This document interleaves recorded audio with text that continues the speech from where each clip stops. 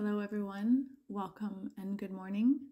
My name is Caitlin Carroll. I chair the steering committee of the Ottawa-St. Lawrence Outaouais chapter of the Canadian Organic Growers. I'd like to start today with a land acknowledgement by acknowledging that we are meeting on land that has been inhabited by Indigenous peoples from the beginning. As settlers, we're grateful for the opportunity to meet here, and we thank all the generations of people who have taken care of this land for thousands of years. And as ecological farmers, we strive to continue in this tradition. In particular, we acknowledge the traditional territory of the tribes of the Haudenosaunee Confederacy, St. Lawrence Iroquois, especially the Akwesasne Mohawk, as well as the Huron-Wendat. This territory is covered by the Upper Canada Treaties. We recognize and deeply appreciate their historic connection to this place. Continuing the process of reconciliation, we encourage all participants to learn the history of the land we are in relationship with by visiting www.whos.land and also www.native-land.ca. Today marks the 38th annual Eco Farm Day. This foundational event in Eastern Ontario has stood the test of time. To me, this speaks of the importance to the regional farming community, the need for ecological farming support, and a continued desire to come together. I'd like to thank the team at COG National who ran Eco Farm Day over the last 2 years and kept it going through tough times. I'm very pleased that the event is back this year, once again in a collaborative style. Thank you to the regional and national partners who came together to make today's event happen. COG National and the Growing Eastern Ontario Organically Initiative, the Eastern Ontario Agri-Food Network, and Just Food. We're here to learn from each other in a farmer-to-farmer context. This requires mutual respect for diverse opinions. There are far too few farmers in Canada to criticize one another. The Canadian Organic Growers is committed to fostering a welcoming environment for all who wish to learn, including those who are not organic, regenerative, or ecologically minded. COG is here to show the benefits of organic and regenerative organic farming and help those anywhere on the farming system spectrum to become more organic and regenerative. A few Zoom rules for today. Please select your language at the bottom of the screen. Keep your microphone muted at all times. Introduce yourself in the chat. Ask questions in the chat, and at the end of the session, we're requesting that everyone leave the meeting and then log back in when it's time for the next session. We're using the same link all day long, so simply log back in with the same link each time, and you'll be admitted from the waiting room when the session is ready to begin. During this session, we'll hear from 3 panelists regarding labor on organic farms. I'll have each panelist introduce themselves, they'll each give remarks, and then we'll open the discussion up to questions. I'll be watching the chat window for questions during this session, so please enter them there. To begin, we'll start with David, then Rachel, and finally Phil will be stepping in for Mo today from Just Food. Thank you, everyone. Welcome, panelists. David, you can begin. Please share your screen. Hi, everyone. Thank you so much for having me here. I hope the sound is okay there, Ronald, and I will try not to speak too fast. I get very excited, so especially on a Saturday morning when I haven't had enough coffee yet, so watch out. I'm gonna try to stay on time, and my name's Dave Thompson. I'm coming to you from the National Farmers Union, Ontario. I'm on traditional unceded land of the Algonquin Anishinaabe, actually. I'm just in Vanier, so I'm in this neck of the woods. The report I'm going to be talking talking on is entirely Ontario-based. So my apologies to those of you coming to us from Quebec. Obviously, some of the legislation and regulations around farm labor is different. And I'm going to be giving you a really broad macro overview of the farm labor situation and try to point out some of the solutions here too. So, but I want to really give us a sense of what the issue is and its specificity to like small, mid-sized farms. I'm not going to be speaking specifically about organic farms, although I understand the Organic Council of Ontario is hoping to do some research specifically on labor on organic farms. That said, the participants in this study, well over half were either using organic methods or either certified or just ad hoc. And I guess the other thing to say about that too, incidentally, was that a lot of the organic farmers we talked to kept stressing that technology is not the fix. What we're actually going to need is more, not less labor moving forward. So I wanted to make that clear on the outset too. Okay, so the National Farmers Union really believes strongly that the growing concerns over the farm labor shortage have not taken into account the unique labor conditions on small and mid-sized farms. There we go. So the NFU Ontario recently produced a report on agricultural labor issues on small and mid-sized farms. The report and recommendations I'll be sharing today came out of a mixed methods study that included a survey of 772 farm operators and workers, stakeholder consultations, informal interviews, online group discussions, and a literature review. So this is really a hive mind here. These ideas that I'm presenting come out of all of those conversations. Now, while we'll address the issue of the farm labor shortage in a moment, I think it's really important to point out that not unlike farmland, over the past few decades, fewer farm operators actually employ farm workers. As expensive labor-saving technology and increasingly concentrated farm wealth has meant only a select few farm operators can actually afford staff. In fact, our survey found that more than 1 in 10 farms without staff would like to hire, but don't think they can afford to do so. The farm labor crisis on small and mid-sized farms, I think, can only be understood in the context of the farm income crisis. Since 2000, Canadian farm debt has doubled, and agribusiness corporations that supply fertilizers, chemicals, machinery, fuels, technology, services, credit, and other materials and services have captured 95% of all farm revenues, leaving farmers just 5%. It's from this tiny share of farm revenue that farmers have to not only pay themselves, but also their workers. Now, large corporate agribusinesses have really experienced labor shortages differently. They have seen their land size, market share, and profits increase over the past 2 decades, often at the expense of the farm workers upon whose labor they depend. Their growth has also cut into the economic viability of small and mid-sized farm operations, which are crucial to ensuring regional food security. Now, as the Canadian Agricultural Human Resource Council has estimated, by 2029, nearly 47,000, nearly 50,000 jobs, agricultural jobs, 2 in 5 will be left unfilled by resident workers in Ontario's agricultural sector. Anxiety around an agricultural labor shortage is not a new phenomenon. Labor shortages and a difficulty in retaining labor was echoed in our research among small and mid-sized farmers, as you can see here in some of these charts.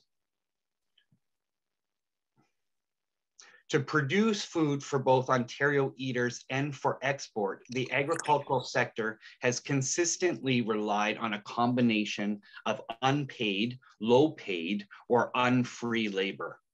Now, by unpaid, I'm referring to the unpaid labor of women and children on the family farm, whose labor is a cost not calculated in the price of the food at the farm gate or on grocery shelves.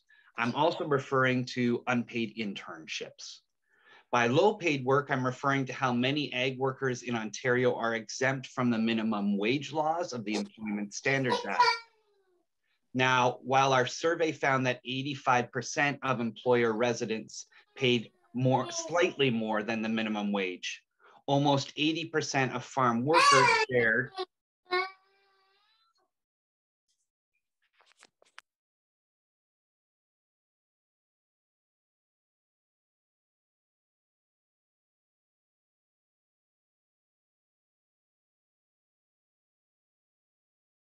Oh, I muted myself. Sorry, everyone.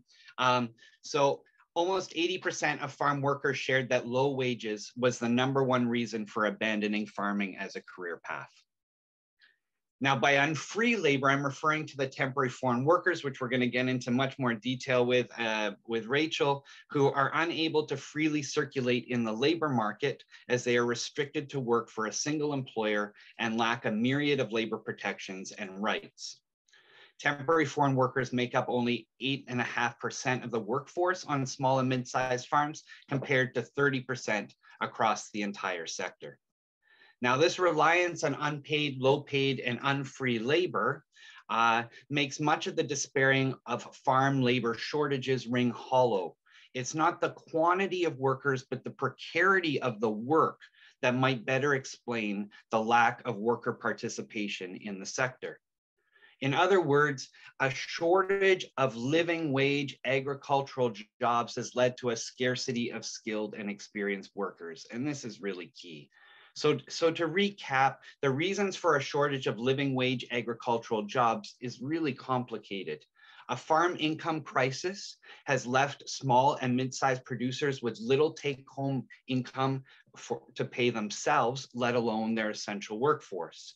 After 30 years of free trade agreements, a capitalist global food system has decreased the market value of many agricultural commodities and ultimately set the wage floor to the lowest paid farm workers in the world. Partial exemptions under Ontario's labor law have excluded many agricultural workers from minimum wage laws and other key labor protections. Under these conditions, it's no wonder why many are reluctant to perform the highly skilled, physically demanding, low-paid agricultural work that we all need to grow our food.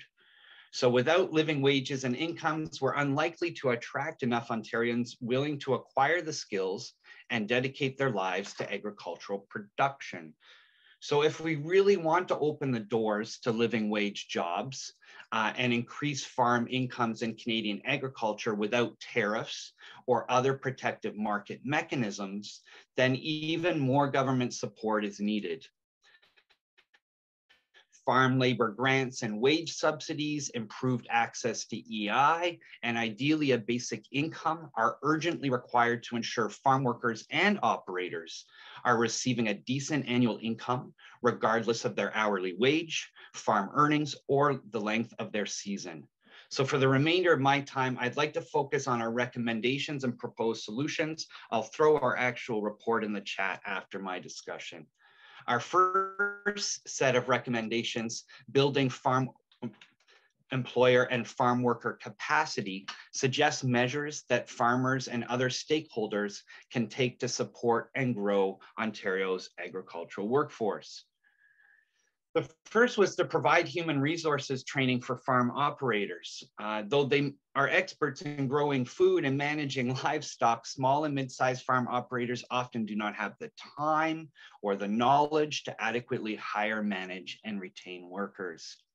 Offering farm operators specific training in working with staff and providing related templates and resources tailored to the needs of small and mid-sized farms would benefit operators and workers by fostering healthy, transparent, accountable, and safe workplaces.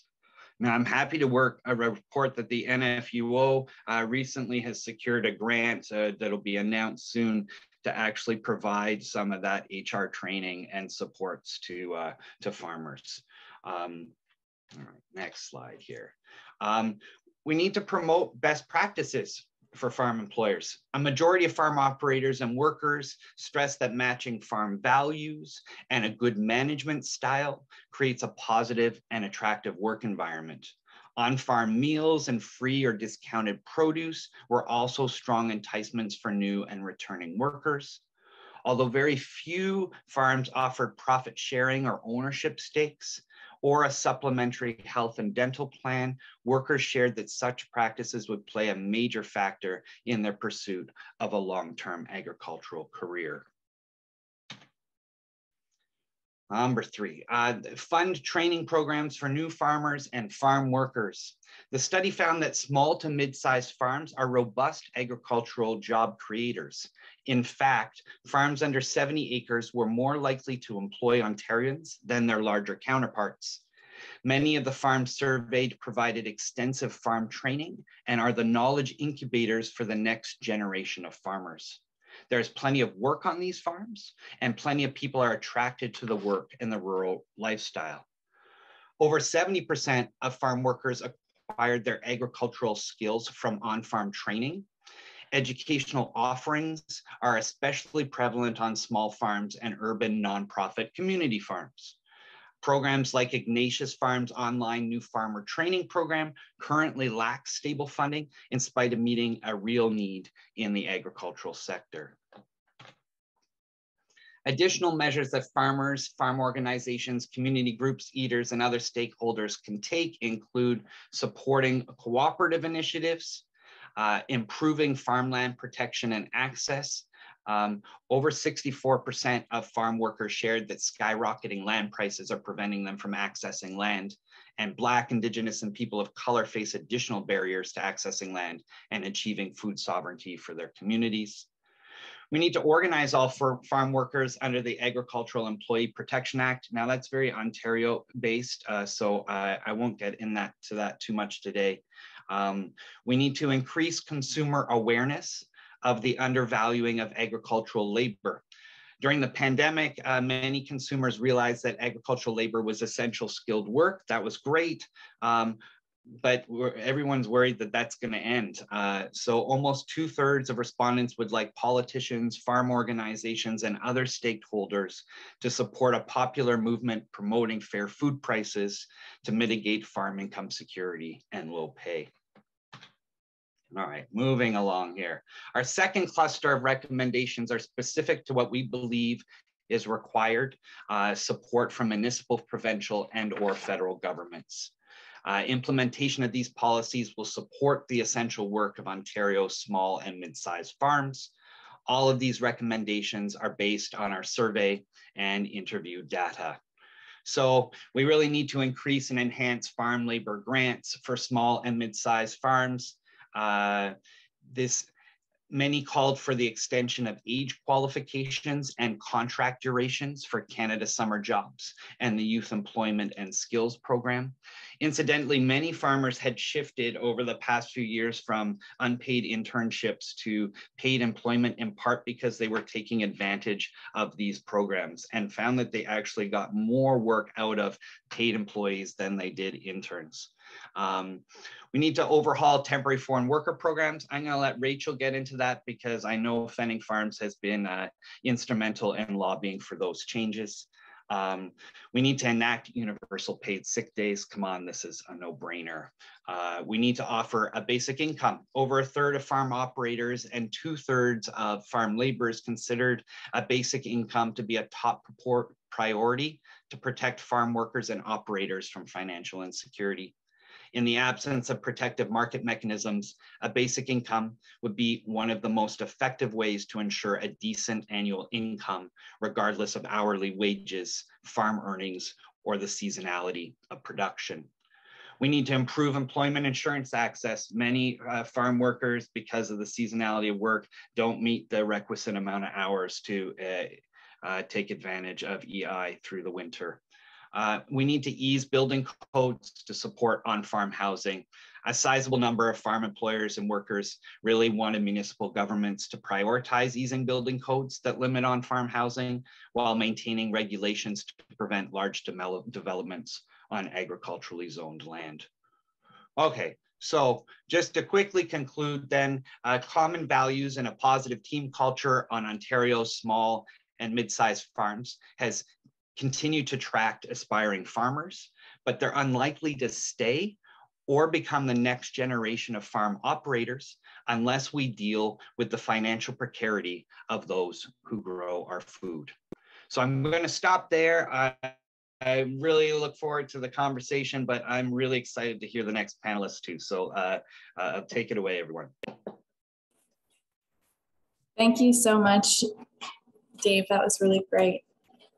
I'm going to invite Rachel to come off mute, and I will share my screen so that I can get her slides up.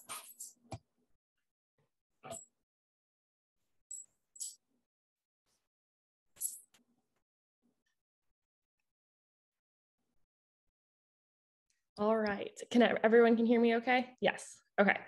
My name's Rachel. I am the HR specialist at Fennings Organic Vegetables. So a little bit about me. I grew up in a very small farming community in Southern Ontario. I worked at farmers markets for my first job. I went to school for HR, obviously, lived in Ottawa, actually. Went to the University of Ottawa for 4 years, then did my human resource certificate at Mohawk College in Hamilton, and then never thought that really my world of love of farming and food would collide with HR, but it did. And I've been at Fennings ever since. I've been there for about 5.5 years now. Yeah, so Caitlin, could you go to my next slide, please? Thank you. Okay, so for anyone who's not familiar with us, we are nestled in the curves of the Nith River in New Hamburg, Ontario. So that is just outside of Kitchener-Waterloo, for anyone who's not familiar with the area there. And we grow about 700 acres of organic vegetables there. We grow quite a variety, carrots, beets, lettuces, chards, kales, broccoli, cauliflower. I'm not sure if anyone has had any of our produce, but you've probably seen it before, like Goodness Me, and others like larger stores, maybe Sobeys. And we do have some customers we do sell to in Eastern Ontario. Yeah, so New Hamburg, I think it's important just to mention when we do talk about this is that we are like a really urban farm. So we do have access to local labor for sure. We're not incredibly secluded or anything like we do. New Hamburg's about a town of 20,000 people. So there is definitely access to a labor pool there as well. Okay, next slide. Okay, so during our seasonal summer peak, we do have about 140 employees. So that's quite a lot. We don't necessarily stay at 140 employees, but typically by the end of August, around August time, we do have that many. And then it starts to go down after that in the fall. And then it rises to that level in the summer. So this is made up of migrant workers and also local workers as well. If you could just go to the next slide. So I'm doing a little bit of a breakdown. So we have 47 temporary foreign workers from Jamaica. There's 2 streams of the temporary foreign worker program that we can hire migrant workers under for agriculture. So 37 come to us on the seasonal agricultural worker program. So a little bit about that program is it's limited to an 8-month contract. So they can only be in the country for 8 months from the day they arrive. And it's very general skilled labor, and the wage for that is minimum wage. Then we do have 10 workers who are on the agricultural stream. So these are what we call them the independent workers. So a lot of them do tractor maintenance, tractor drivers. They have a little bit more skill. And then all of our farm supervisors actually under there. So they make more than minimum wage. So our farm supervisors, they have to make the medium wage in Canada, which is $21 for 2022. And our independent workers, I think, can make about $18 an hour. So the rest of our workforce is made up by local workers. So we have a large group, about 30 workers that come to us. And they are Indian Sikh, and they come from Kitchener-Waterloo. So they don't speak English, and they are permanent residents in Canada. So they make up a big chunk of our local production work as well. And then some of our other full-time production workers who work in the field in the summer and then production throughout the winter, we have one team that we're able to hire year round, which helps us retain employees, obviously offering a non-seasonal, like a permanent position. A lot of them are refugees, actually all of them are but one, and there's about 10 of them who also have various language barriers to employment as well and other barriers. So I'm going to talk about a little bit about like how we work with that. Yeah, and there's about 60 of us that work for Fennings full-time year-round in sales, dispatch, warehouse, packing orders, and driving, and then in production, packing out root crops as the winter goes on. Okay, next slide. Okay, so I'm just gonna give you a little bit of my perspective of how everything works, how we hire local workers, how we find labor. And I'm just gonna start with like, we're always short, it's not perfect. We always could use an extra hand or if we have enough people, it's not necessarily that we have the right skills, which I'm sure a lot of farmers understand. So how it works, so an LMIA is a labor market impact assessment. So that is an application that I fill out to bring up our temporary foreign workers every winter. So I'm actually just finished doing them right now. So essentially I have to prove that I couldn't hire any Canadians for this role, which is kind of silly because I'm recruiting right now for a position that doesn't start till April or May. And then they come up through that. So how it works is they come with a work permit that's completely tied to Fennings. It says Fennings on it. And they're unable to leave if like at all. They cannot leave our farm. They are tied to us. They might only work for us while they're here. Local hiring is kind of the same. We just post online and same as everyone else is what I mean by that. And they can come and we typically don't do interviews for our field and production positions. We kind of do the basic safety training and then everyone try it out because the work is hard and not for everyone. And we find that, investing time and money into doing a lot of interviews for someone who might not like the work app by lunchtime isn't really useful. So what we do is if anyone's willing to come and try a day out at the farm, we of course hire them, do the safety training, and then let them get started. So that's kind of how local hiring is. A lot of local hiring, again, I said it, like a lot of our workers that we do get are recommended or referred by current workers that are on our farm in the communities that they live in. So we have a whole onboarding process. We have a 4-hour orientation that is done with everyone. We've made it online because of COVID over the last 2 years. We have a lot of mandatory health and safety training obviously like that, I'm a dedicated person to this process. So this is like my entire job is making sure that we have enough people, that they're trained properly, they have the skills, and we go from there.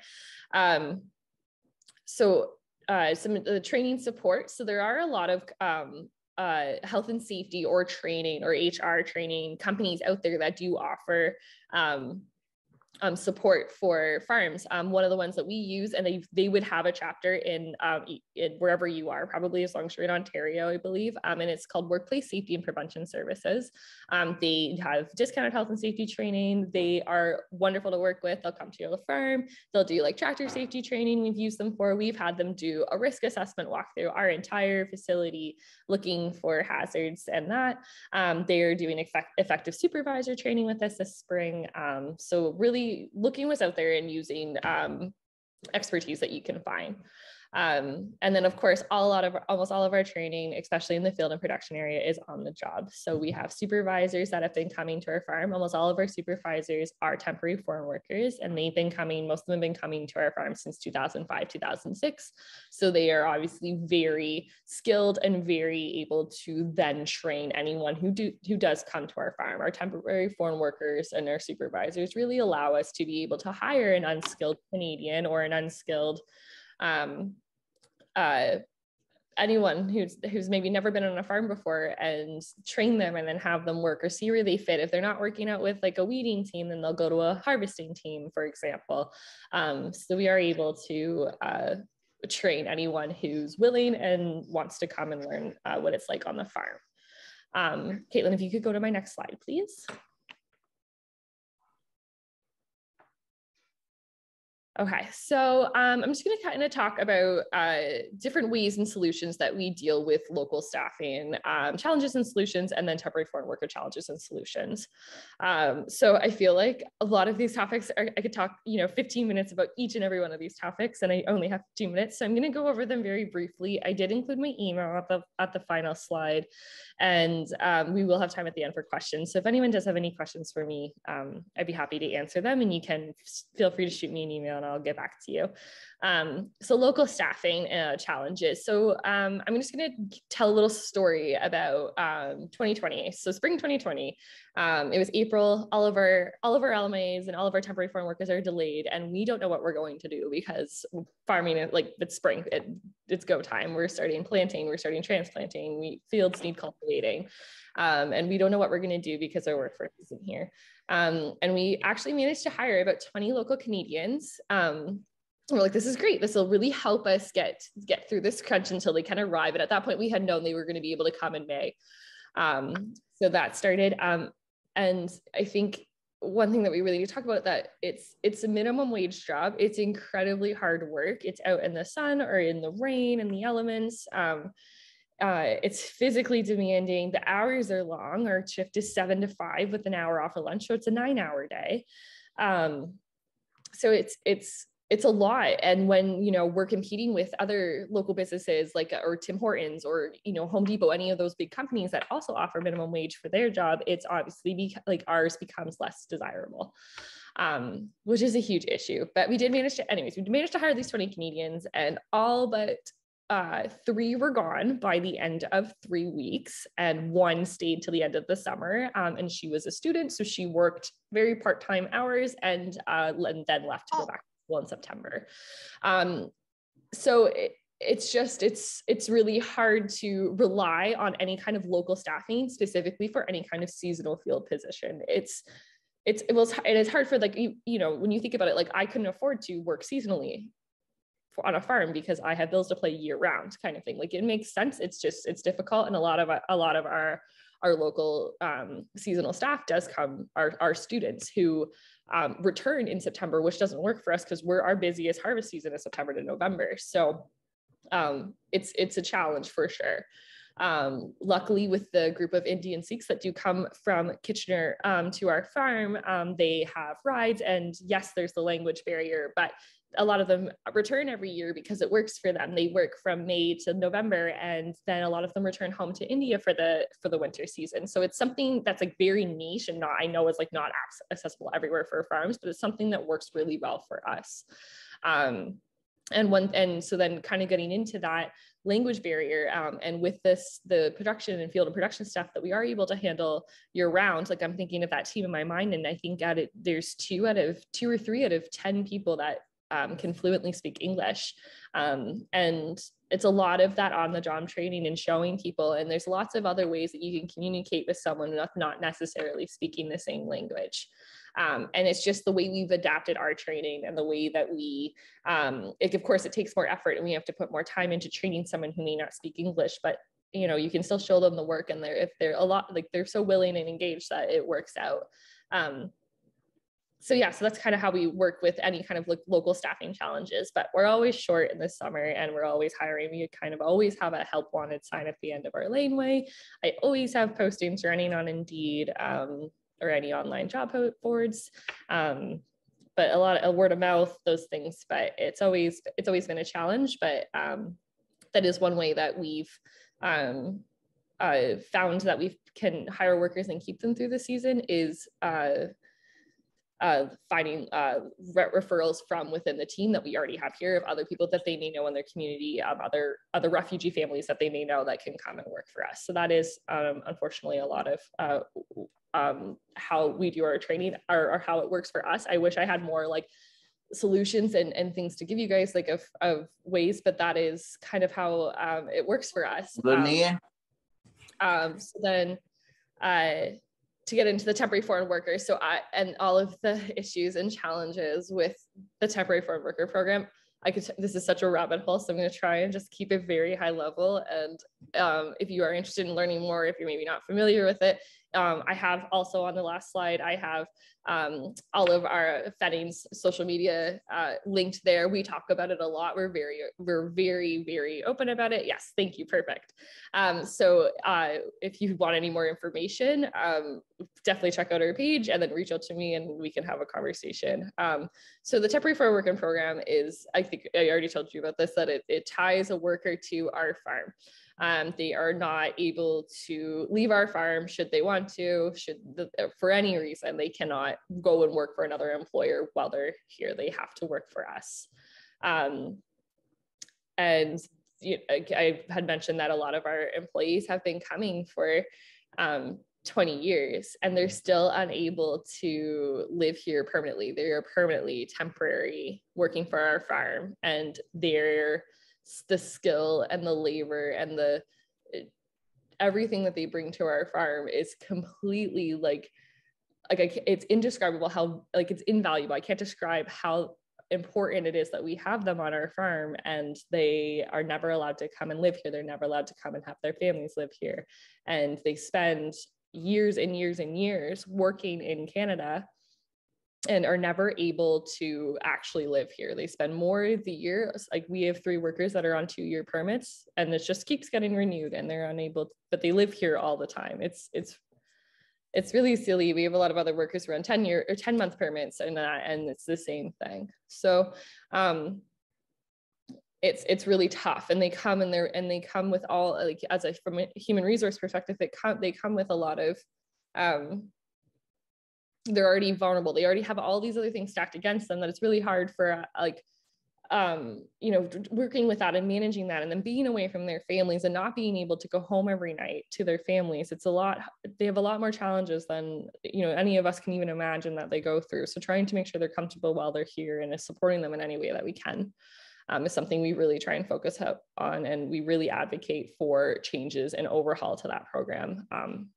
But yeah, there's lots of things I could get into, but I think I'm out of time. So I do recommend you visit our social media pages and then shoot me an email, or and we can have a discussion about that as well.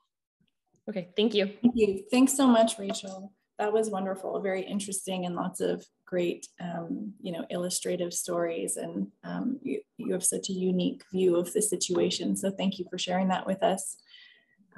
Phil, I'm going to ask you to share your screen if you have slides.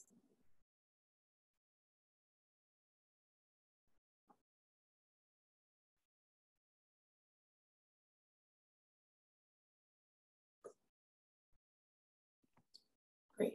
And Phil, are you on mute? I can't hear you. I'm just unmuted now. Thanks, Great. Caitlin. Hi, folks. That's been a couple of really fantastic presentations from Dave and Rachel. Definitely, I'm looking forward to a great conversation about this, and certainly they are among the lead practitioners in the province here. What I just want to touch briefly on this morning is just to give you an overview of a program that we're offering in this region. And really it's looking at how to address the issue, as Dave highlighted earlier. How do we get to more, not less labor, right? If we have a sort of a common understanding that moving forward with ecological production is going to require something other than a technological fix, how do we get to a position where small and mid-sized farms using ecological practices can afford to, can employ, can use human power to do the work that needs to be done, that we all acknowledge needs to be done? And how does that trickle through the food system? What does it look like for consumers? What needs to happen to make all of that work together? What does it mean? Maybe beyond consumers, maybe as a society, are there certain solutions that we need to be able to find? I think, both of the previous speakers have touched on some of them.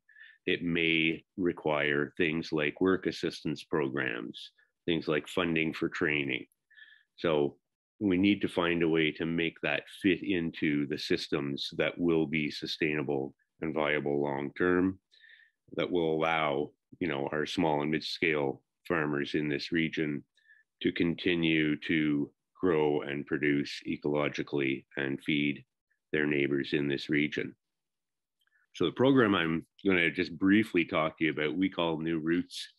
It's a program aimed at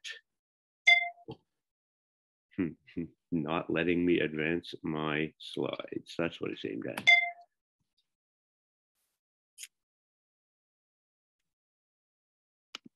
Manually. Okay, there we go. It's a program aimed at really creating skills and experience in farming for new Canadians who may already have some of that skill and experience. So it's finding a way of shifting potential new workforce into agricultural employment to provide maybe training, entrepreneurial opportunities. It depends what folks are looking for, right? We have all kinds of new Canadians in this region, some, you know, with greater and less agricultural experience, but with a huge amount of keenness to be involved in the agricultural sector in this region. So you can see some of the broad goals, right, that we have. Maybe find a way of addressing labor shortages on small farms. How are we going to try and go about that? Well, we thought that, you know, it made sense to do things like, and I mean, these have been highlighted by the two previous presenters, industry-specific language training, to give, you know, some of the benefits that are difficult to translate on farm. So if folks come to you without this knowledge and without the language capacities to pick it up, if your means of sharing that is English only, then if we can do some advanced training and maybe translation is going to be a big help in that. And so that's one of the pieces of this program, but also, you know, finding ways of giving on-farm equipment training, building skills and networks, giving very hands-on opportunities on farms. So one of the ways that we do that as an organization is Just Food operates a 150-acre education and demonstration farm on the Greenbelt in the city of Ottawa. But at the same time, we want to find ways of scaling that up and out onto the farms of this region. So that's why I've highlighted the bottom bullet on that slide, is because we need to find a way of giving these opportunities more broadly. So what are some of the sticking points to making that kind of thing happen? Well, in the past, we've seen, you know, it's all well and good to say you want to encourage this kind of thing, but sometimes there are disconnects. So you would think that, you know, we've got regional farmers who can give regional specific knowledge of growing conditions. And that's one of the things that new Canadians identify as being maybe a piece that's missing. They may come with agricultural knowledge, with lots of experience, but they don't know how to grow here. They don't necessarily know what will grow here. So for example, you know, many of them come and are looking to grow crops that simply will not grow in this region. But at the same time, many of them come looking to grow crops that will grow in this region, but they're speaking with farmers who have absolutely no experience growing those crops at all. Or perhaps those farmers are very experienced growing crops, but not for the purposes that these folks might want to be growing them for. So for example, just on the Just Food farm, we have folks who have as their primary crops pumpkins, beans, sweet potatoes, amaranth, what we might call pigweed, and mustard. All of them to harvest the leaves, harvest and eat the leaves. So you can see where there might be a bit of a disconnect in the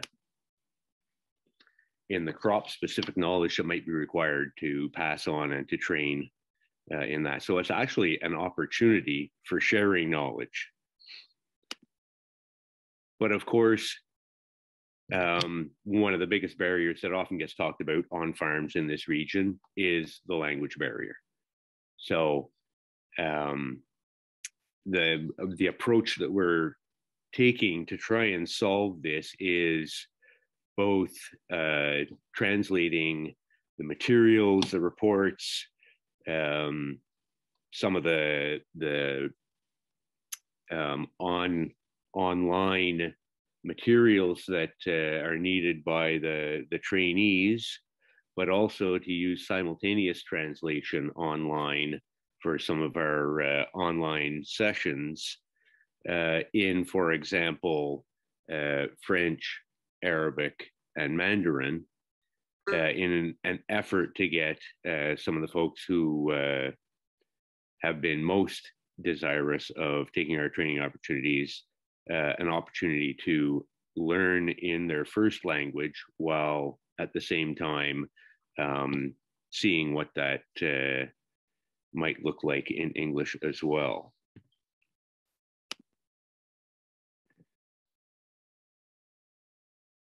Of course, another big barrier to making this happen, and both the presenters have mentioned this, is the land barrier. How do you get access to land? So we've got a ton of new Canadians in this region who are looking to get their hands in dirt, looking to find a place to do that. They're willing to work. So if that means, on-farm employment, that's great. Others are looking for an opportunity to start their own farm, whether that's, a small rented plot or whether it's purchasing a farm themselves. We've got all kinds of folks who are looking for all of these various opportunities. So we need to find ways of making that happen, whether that's through, increasing internships or jobs, whether it's increasing mentorship opportunities for folks who want to start their own farm, or microloans. All of these things, we need to sort of broaden the palette of opportunities that we can offer within this region. But how do we make those opportunities happen, particularly by facilitating on-farm work within the region? And I mean, it's not always about solving knowledge gaps. In many cases, the gap is lack of funds, right? So for something as simple as funds for work boots, which is one of the pieces we're going to be offering through this program, but also, again, as has been mentioned, accommodations and transportation. So either having the ability to live and work on the farm or to get to the farm on a daily basis is quite often one of the biggest challenges, particularly for new Canadians who may or may not have access to vehicles. Trying to find your way to a local farm from an urban location without your own vehicle is a huge barrier, a huge challenge. So, even if we have farms, as we actually do in the Ottawa region, a number of whom are on public transportation routes, it's still a big challenge, but it's also a financial challenge as well. So we need to address both of those issues by finding ways to come up with payments for farmers to pick up workers, or for workers to make their own way there. But I also want to talk about, and have you actually talk to us about what we've missed. What's missing from this conversation? What are the things we need to make farm labor work for you in this region? So I want to hear, about the things that we haven't mentioned. There are a number of ways that you can do that. We want you to directly shape this program. We haven't actually begun the program yet, so you can get in on the ground floor. We are going to be sending a survey out in the very near future. So if you want to take part in that and give feedback on what we should or shouldn't be doing, what areas we should be focusing on, send me an email, give me a call, and I'll get you on that survey. Work with us on developing the curriculum, right? For our online training, for our on-farm training. Become a mentor, become a trainer, or if you're interested in joining the New Roots program, get in touch with me about becoming a trainee or an intern. Thanks so much, Phil. I do see that there's a question in the chat. Is there a startup program open for people of all ages? We are not ageist. Anyone can join. Yeah, I will say, I mean, again, as has been mentioned by the previous presenters, a lot of opportunities are open for those under 30, simply because the funding particularly from our federal government come through programs like Canada Summer Jobs, which has an age cutoff on it. And so obviously if a farmer can pay half the wages of folks if they're under 30, they're going to be looking for folks under 30. But we do also have other means of funding, particularly new Canadian trainees. So that opens up alternative sources of funding for farmers, which we can help them with, applying for those kinds of positions as well. So it does broaden the scope of who might be able to partake of those programs. Great. Thank you so much for sharing what's going on in the Just Food Farm. Bill, you guys are always up to exciting things. I just wanted to ask, I'm seeing no other questions in the chat. Are there any questions from people who want to ask their own question? You can raise your hand via the raise your hand button. Nope, we have a couple more minutes. We have 3 more minutes if there are any burning questions for Dave or Rachel from their perspectives. Marshall, you can come off mute and ask a question. Hi, Dave and Phil. I had a suggestion about the flexibility of wage subsidy programs. I find that a lot of people in the rural areas are already sort of self-employed, using lots of different platforms. Just for example, I had one employee who had her own business curating used clothing, just as an example. And what I found is that the wage subsidy programs like Canada Summer Jobs are really focused on hiring people full-time. And there's sort of this idea that a full-time job is a high quality job and a part-time job is not. But in agriculture, part-time employment can be a real gateway to growing your farm and growing the number of employees that you can hire and paying them a top wage because they're being really productive on your farm for the work that they do. And I just find the number of skill sets that I need in an employee, it's like, there's mechanical work, there's kitchen prep work, and then there's field gardening work, and then there's livestock management. And it's hard to find one person that has all that or wants to do all that. So I'm advocating that one of the gateways to improving the employment situation is to promote some part-time opportunities and have Canada Summer Jobs support part-time labor, because I think that's a good way to grow your farm rather than being forced to fit into the program and necessarily make every position a full-time position. I just thought I wanted to get some feedback, whether you think I'm on the wrong track or not. Oh, I feel so bad. I'm going to cut everyone off though. It is 10 o'clock. So I wonder if you, Marshall, if you can contact Phil and Dave separately about that. Those are some really interesting and important comments on wage subsidy programs and the boundaries of those, especially for farmers in the region. I would like to end it here and just remind everyone that we all have to log off. So you're going to leave the meeting and then come back on in 15 minutes or later in the day for whatever session it is that you would like to join in for. I want to thank all the panelists for joining us here today. Thank you, Rachel and Phil and Dave, for your time and for your insights. They're very valuable to the discussion. And let's all keep in touch. And I'll see you all maybe later in the day. Thank you so much, everyone.